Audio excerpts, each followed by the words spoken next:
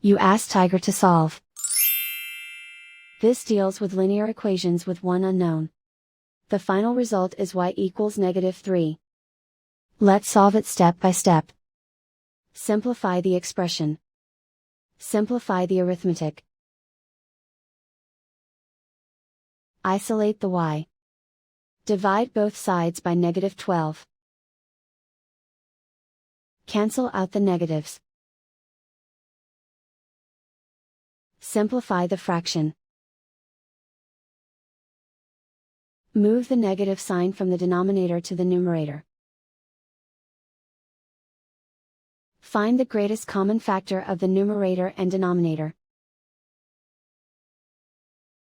Factor out and cancel the greatest common factor. And so the final result is y equals -3.